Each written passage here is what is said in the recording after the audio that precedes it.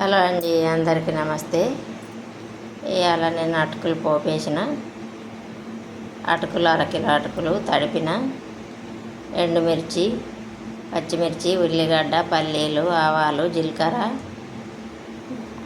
వీటికి సరిపడా నూనె పోసుకొని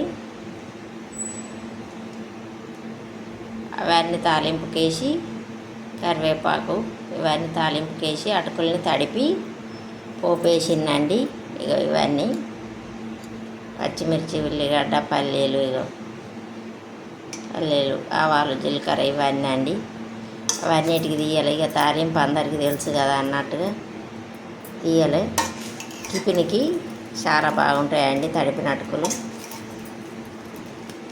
కొంచెం పసుపు, తగినంత ఉప్పు, కలర్కు పసుపు వేసుకున్న, సరిపడ ఉప్పు వేసుకున్న, దాన్ని తాలింపుకేసి బాయ్ అండి. మీరు కూడా ట్రై చేయండి. నా అటుకులకు నచ్చినట్టయితే లైక్ చేయండి, షేర్ చేయండి, కామెంట్ బాక్స్లో కామెంట్ పెట్టండి ఎట్లున్నదో. బాయ్.